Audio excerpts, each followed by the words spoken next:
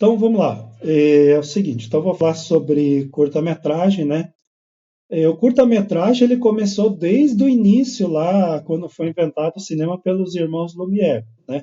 Os primeiros formatos que as primeiras captações que eles fizeram foram documentais, foram experimentos, né? Foram documentais, assim, registros documentais. E quando eles conseguiram, assim, finalizar uma produção que fechasse uma narrativa, ali foi considerado já um curta-metragem, né? Não sei se você lembra que eu comentei na aula que tinha aquele formato de película de filme que era tipo um carrossel, que as pessoas giravam uma manivela assim, né? E elas olhavam por uma lente assim pequenininha, né? E passavam um carrossel com fotos assim, né? Que era um cavalo, um jockey andando assim em cima de um cavalo, né? E, isso, exatamente no começo ali, né? Aquilo já é considerado um curta-metragem. Ele tinha bem pouquinho, acho que não tinha 30 segundos aquele filme, né? Aquela produção, eram fotos assim, né? Que ele girava num carrossel, né? Mas aquilo era um curta-metragem, né? As primeiras produções que o Jorge Méliès também fez, que ele produziu, eram também curtas-metragens, né? Eles encerravam uma historinha, assim, uma narrativa, né? Então, esses foram os primeiros registros, as primeiras produções de formato de curta-metragem. Então, o curta-metragem ele já existe desde o início ali do cinema, né? Com essas experimentações ali. Tem alguns filmes que falam sobre a história do Georges Méliès, que ele investiu bastante, né? O Alex ia saber qual que é o filme, é aquele A Invenção do Hugo Cabret. Ah, sim. É filme e literatura, né? Ele gosta bastante. Então, aqueles foram as primeiras produções de curta-metragem, né? O que que acontece? Naquela época, a gente tinha uma restrição bem grande de equipamentos. Por quê? Era um equipamento caro, né? Só as pessoas da elite conseguiam, né? Que era uma tecnologia nova, estava sendo aprimorada ainda, né? Então, não eram muitas pessoas que tinham acesso a esse tipo de equipamento. Ele tinha uma restrição bem grande. Como eram poucas unidades, então ele tinha um custo bastante elevado, né? Não só a máquina de filmar, né, a câmera, mas como o suporte, né, a película. Ela era bem cara também. A película de filme, naquela época de foto, era bem cara. A película de filme era a mesma da película de foto, tá? Era a mesma composição, só ela era uma faixa assim contínua, né?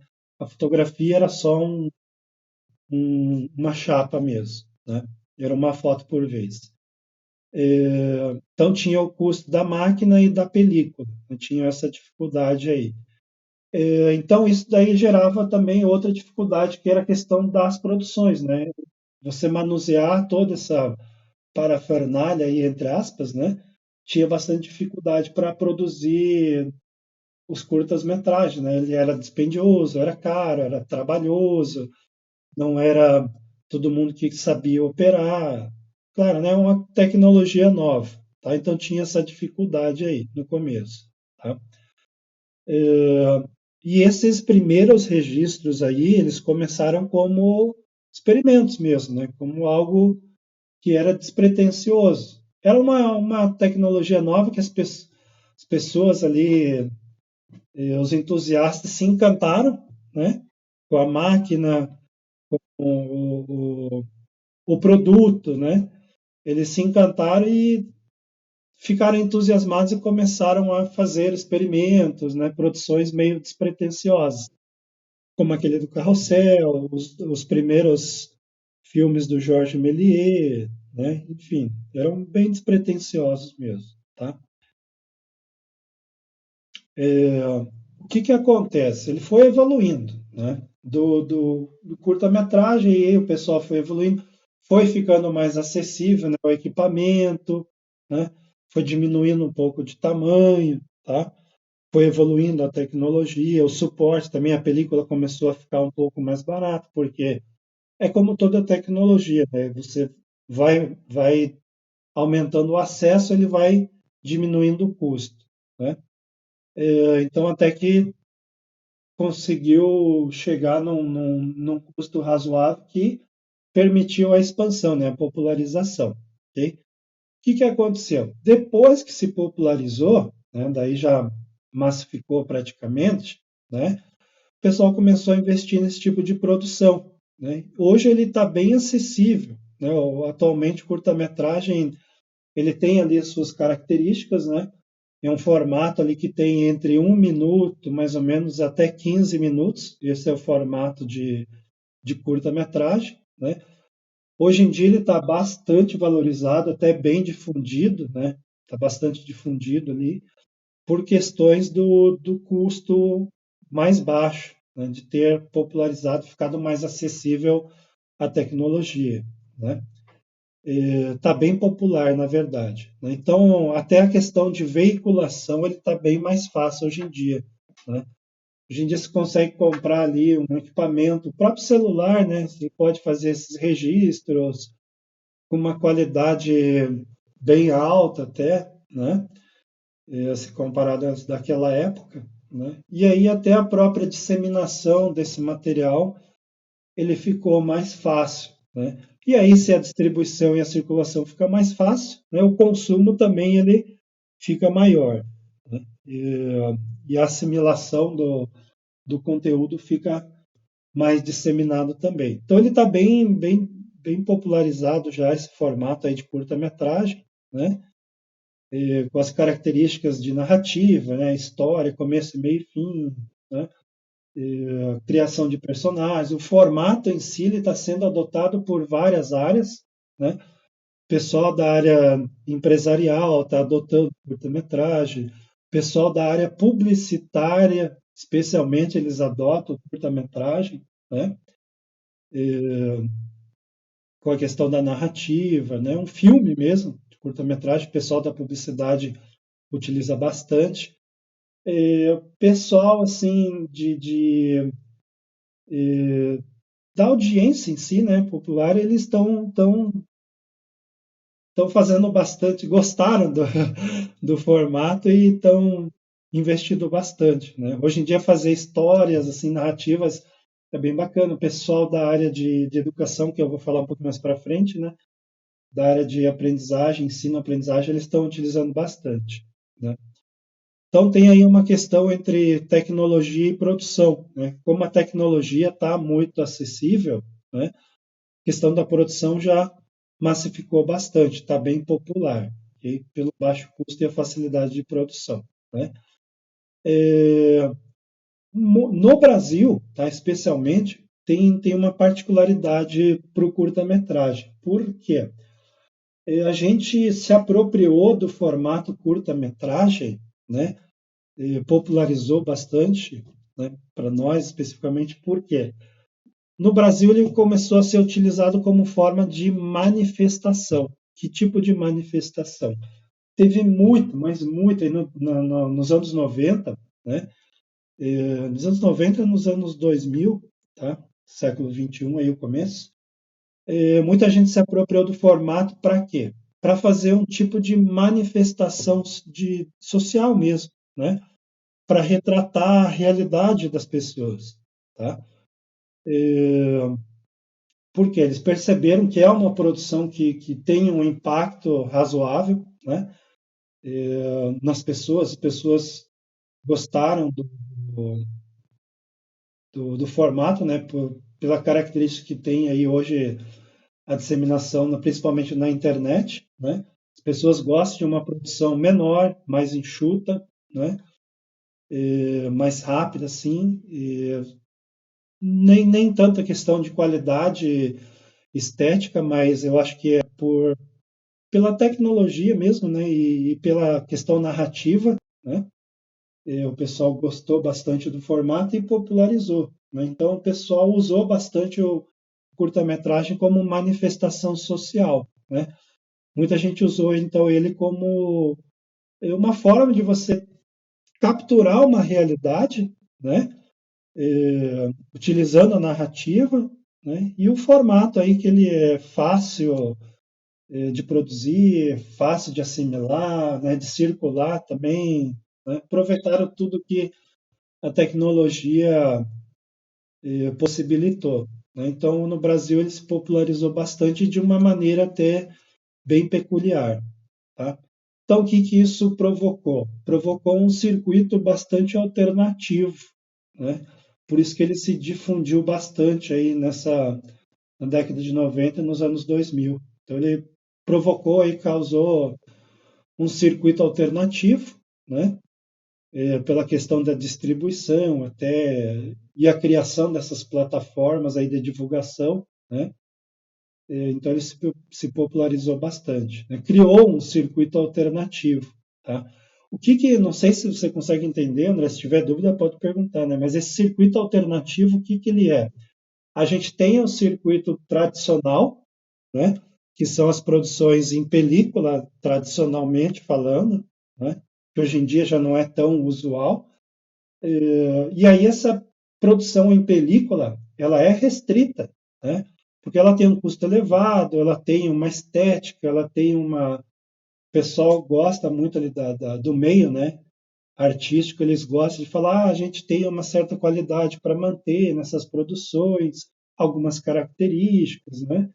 Etc. Coisa que o pessoal do meio gosta bastante, assim, né? As características tradicionais do filme, só que no formato de curta-metragem. Aí o que, que aconteceu? Como a gente tem ali paralelamente essa tecnologia mais popular, né, criando essas produções mais populares, a gente tem um circuito alternativo, paralelo, né? Não vou dizer marginal, mas é paralelo mesmo ao circuito tradicional. Então esse circuito aí paralelo eles chamam de alternativo. O que, que é? É o consumo nessas plataformas aí de rede, pode ser até a rede social, né? O pessoal começou pela facilidade de conseguir criar websites, né? De conseguir postar, publicar essas pequenas produções. Então eles criaram um circuito de consumo alternativo, né?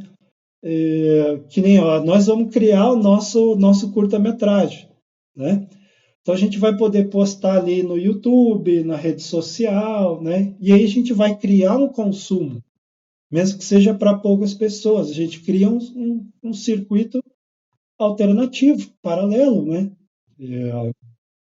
Pela facilidade que a tecnologia provocou, né? Pela popularização. Então tem ali são circuitos diferentes, né? O tradicional e o alternativo que foram criados, tá?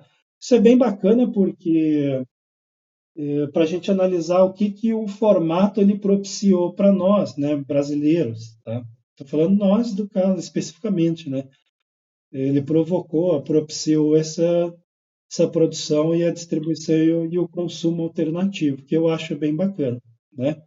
Então, como houve essa popularização, tá? O que, que aconteceu? A gente tem aí uma valorização, tá? De um lado, a gente tem a valorização do circuito alternativo, que é popular, que as grandes massas consomem, né? E tem o outro circuito tradicional que ele continuou a crescer, mas ainda ali restrito a essa área profissional, né? Dos cineastas e diretores, né? Que o governo até chegou a patrocinar, né? Começou a patrocinar e continua hoje, e ele está bem expandido até, né? E aí a gente tem a criação de vários festivais e premiações, não só a nível nacional, né, mas internacional também. Que a gente tem o Festival de Cannes, né, internacional de curta-metragem, a gente tem o Festival de Gramado, né, lá no Rio Grande do Sul, tem vários festivais no Rio de Janeiro, tem em São Paulo, né, tem grandes festivais ali com grandes premiações. Tá? Então eles criou esse circuito alternativo e foi sendo valorizado, né? Outra coisa o que que aconteceu? Óbvio, como todo produto que se populariza, se massifica, né? A tecnologia propicia, né? O que que acontece? A área acadêmica também ela resolveu se apropriar disso, resolveu estudar esse fenômeno, né? Então a gente já tem ali mais recentemente, né, nos anos 2000, o envolvimento da ciência. Tá? Em que sentido?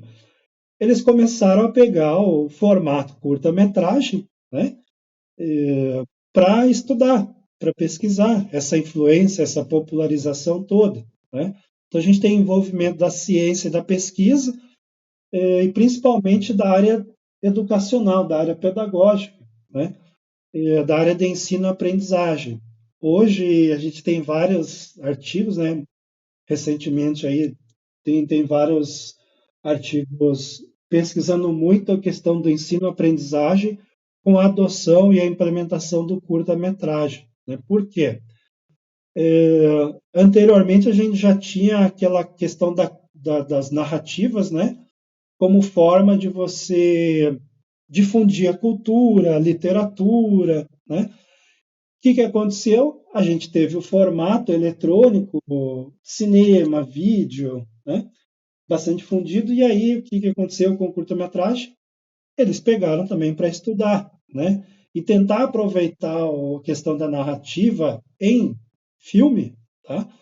Para verificar se poderia haver uma melhoria na questão do ensino-aprendizagem das pessoas, utilizando o curta-metragem, né? Já que ele foi um formato tão difundido, tão massificado, né? Eles começaram a estudar. E aí verificou-se que, com a utilização do curta-metragem, né? A gente tem dentro tem um processo de ensino-aprendizagem que vai valorizar bastante a educação, né? A questão de ensino mesmo, questão pedagógica. Por quê? Tem muitos trabalhos que envolvem as crianças da APAE, né? Eu já li vários artigos, né? Que eu já até propus trabalhos ali para a APAE, né? De produção de curta-metragem. Por quê? Verificou-se que quando as crianças da APAE elas se envolvem na produção, né? De um curta-metragem, elas acabam virando o quê? Atores do processo. E virando atores do processo, elas aprendem muito melhor outros quesitos pedagógicos, né? Exato, exato. Então a gente tem ali, como você falou, a participação deles, ou seja, a gente tem o papel de cidadania também, né? Aparecendo aí, sendo construído, um papel de pessoa, ator assim no sentido de atuar mesmo num processo, né? Produtivo, laboral e artístico também, né? Nós estamos falando de arte, então, assim, é uma questão de expressividade, é uma questão de ação, né? Para você produzir um curta-metragem, você precisa ter ali foco, você precisa trabalhar disciplina, você precisa trabalhar sociabilidade, você trabalha ali a questão de equipe, né? Questão de funcionalidade, cada um vai ter uma função dentro da produção, ou seja, é uma organização grande, né? Envolvida num trabalho pequeno de curta-metragem, mas que tem um ganho, um valor bem grande para o ensino-aprendizagem deles. Né? Isso é interessante porque talvez de uma outra forma ficasse mais difícil de você trabalhar. Né? De eles lerem isso no livro era muito mais difícil deles entenderem. Então, na produção de curta-metragem, isso fica bem mais nítido. E é bem interessante isso, sabe? É bem bacana. Tem vários processos, né, envolvidos na produção de curta-metragem que acabam trabalhando esses aspectos do ensino-aprendizagem. Né? É bem bacana isso. Exatamente, né? Que você falou a palavra certa ali, útil, né? Eles se sentem úteis, eles se sentem eles estão utilizando várias ferramentas, então eles estão sendo inseridos num processo ali produtivo e aí a gente entra naquela questão da engrenagem, né? Ou seja, eles estão participando da sociedade, né? Exato, né? Então a gente tem bastantes estudos que abordam essa questão do ensino-aprendizagem por meio do formato curta-metragem, né? Joia. Dito isso, o que vai acontecer? De forma um pouquinho mais especializada, a gente vai ter o formato de curta-metragem, só que no estilo documental. Ou seja, a gente vai ter um curta documentário. É um documentário em formato de curta-metragem, né? O que vai acontecer? A gente vai ter todas aquelas características do documentário que a gente já falou nas outras aulas, né? Aqueles diversos formatos, o tradicional, né? Os estilos narrativos, etc. Só que num formato de curta-metragem, numa produção mais sucinta, né? Ou seja, eu acho que é um trabalho. Tem muita gente que acha que o trabalho de curta-metragem é mais fácil, e eu acho o oposto, eu acho mais difícil. Você tem que contar uma história de uma maneira mais objetiva, mais rápida, né?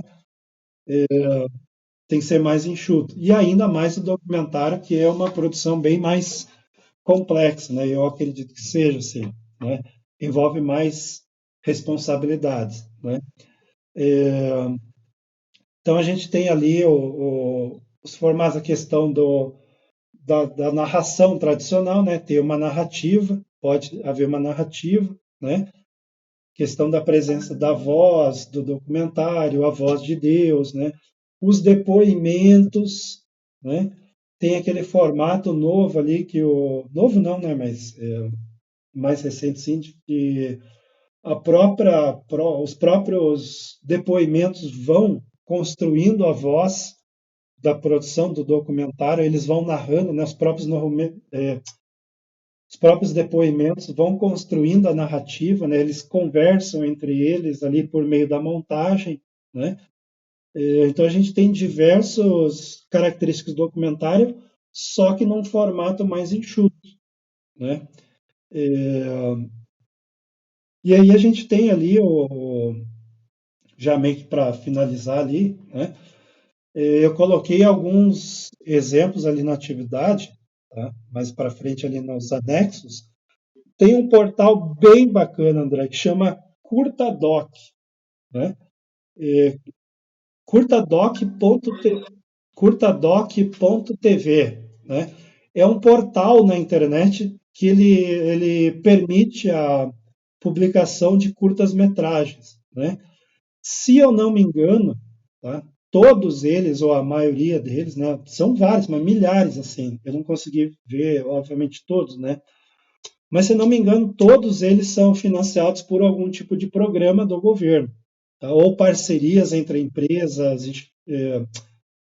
empresas privadas, né? Instituições do governo, etc. Tá? Se não me engano, acho que até tem algumas produções que são financiadas pelo Ministério da Cultura, né? Pela Petrobras, etc. Tá? E são, assim, produções ótimas, assim, fenomenais, né? São muito boas, tanto que eles dividiram por. Eles, ele já tem, se eu não me engano, ele já deve ter aí um tempinho, quase 10 anos, se não for mais, né? Se você acessar ali depois, eu deixei a atividade para vocês acessarem, né? Vai ter ali o link do acervo, e aí vocês vão procurar. Eu, na verdade, já separei os links para vocês assistirem, né? Mas se você acessar o portal, você vai ver ali em acervo, eles dividiram em várias categorias, né? Tem comportamento, tem direitos humanos, cultura popular, tem as produções biográficas, tá? Enfim, tem várias categorias. E é bem legal, sim, porque são todos em formatos de curta-metragem, né? E são todos documentários, né? Produções documentais em formato de curta-metragem, tá? É bem bacana. Não, é curtadoc.tv. Eu deixei no slide ali, mas eu vou repostar o slide com a forma correta ali. Isso, mas eu vou passar pelo WhatsApp ali também para o Alex e para a Cláudia acessarem também, né? A atividade ali, André, então, ó, eu deixei o link de dois curtas para vocês acessarem, né? E vocês assistirem para analisar esses curta-metragens ali, né? Vocês vão analisar a estrutura do roteiro, ok? Se aquela estrutura que eu trabalhei com vocês ali no primeiro bimestre, se ela é obedecida, né, nessas produções, ali nessas duas produções.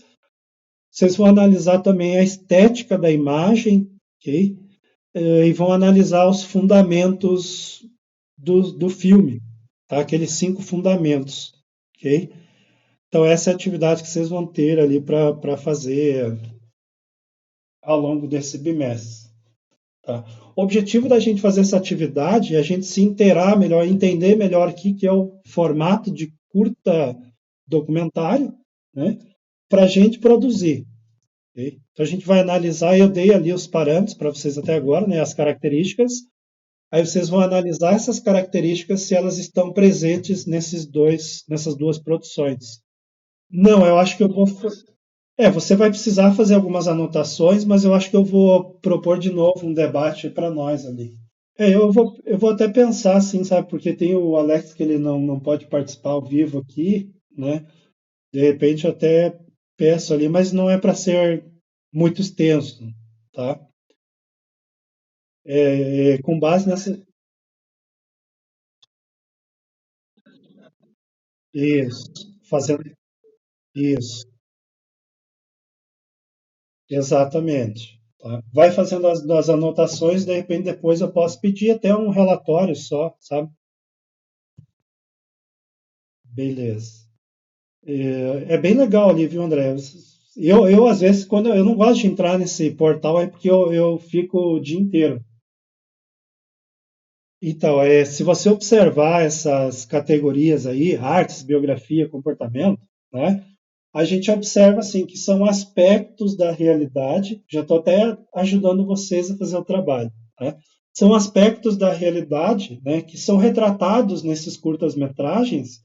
E aí o pessoal do portal dividiu nessas categorias. Então, por exemplo, tem uma, eu não me lembro qual categoria que tá, mas esses dois que eu separei ali como exemplo para vocês assistirem e analisarem, eles são de uma série que se chama Ofícios. Então, o que acontece? Eles pegaram vários ofícios que estão tão extintos, quase extintos, praticamente extintos hoje, né? E eles abordaram assim eu achei de uma maneira bem interessante, bem sensível até, né? Como um formato documental mesmo. Então eles pegam ali o depoimento desses profissionais e aí o que acontece? Aí que eu acho que vem a questão do brasileiro se apropriar do formato para manifestar alguma coisa, uma opinião. O que eu percebi desses dois exemplos? Que são atividades que são desvalorizadas hoje em dia, né? Que eu, por exemplo, peguei lá, um deles é cabeleireiro, né? Barbeiro, no caso, né? E o outro é técnico de rádio. Ele conserta aparelhos eletrônicos, né? Rádio e televisão, tá? São coisas que estão praticamente extintas hoje em dia, né? E que tem profissionais que trabalham e vivem disso ainda. Ou seja, o curta-metragem ali foi apropriado, né, para dar voz para trabalhadores, para profissionais que existem na realidade, né, por aí está o caráter documental, mas de uma forma assim para sensibilizar a audiência e para chamar a atenção de que, poxa vida, vamos valorizar um pouquinho mais essas profissões, né? Até antes de eu vir para cá, assim, quando eu vim para cá, eu ia num barbeiro lá bem antigo em São Paulo, perto da casa da mãe, né? Que era um brasileiro e um português que veio do Portugal mesmo e abriu a barbearia, né? E é bem naquele estilo antigo, assim, sabe? Aquele piso quadriculado, um quartinho, uma salinha assim, toda antiga, bem antiga, sabe? Não é feia assim, né? Mas ela tem a sua aparência bem antiga e que a maioria dos frequentadores eram senhores de idade, né? E eu gostava daquilo, assim, porque o pai ia muito, né? E aí os meus irmãos começaram a ir, e depois acabou eu indo, ou seja, tem uma questão ali social, de tradição, né? E todo mundo cortava o cabelo com aqueles dois lá, os senhores, né? Um deles faleceu já, o português faleceu, né? Ficou só o brasileiro ali, enfim. E até isso daí é falado no documentário ali, né? No curta-metragem. Essa questão de gerações ali, né? É bem bacana, eu achei bem legal, assim. Isso. Então, vai ter um outro lado ali, que para a gente até pode debater depois. Não que vocês vão analisar isso, mas o que acontece? Ele é utilizado, sim, a questão da construção narrativa, né? Como é que ele foi feito? Ele colocou ali no documentário, né, na produção, fatos, ou seja, da realidade, lembra que o Bill Nichols fala que documentário ele é uma reconstituição, né, de uma história. Essa reconstituição existe ali nessas produções, por quê? O que acontece? A história dele, né, que ele conta, é assim: ele viveu vários momentos, várias histórias, tá? Por meio da profissão dele. O que isso quer dizer? Se ele não fosse cabeleireiro, se o outro lá não fosse técnico eletrônico para consertar rádio, televisão, ele jamais viveria as histórias que ele viveu. Ou seja, isso dá valor, dá importância para a profissão deles. Tá? Pro lado, pro lado, pro lado pessoal deles, tem isso. Eles só viveram aquelas histórias, né? Eles recordam por meio do documentário, a reconstituição das histórias, eles só viveram aquilo por causa da profissão deles. Ou seja, se eles não fossem esses profissionais, eles jamais viveriam isso que eles viveram. Então dá um resgate para um valor, importância para a profissão deles mesmo, né? Para eles, pessoalmente. Né? Isso eu achei bem bacana também.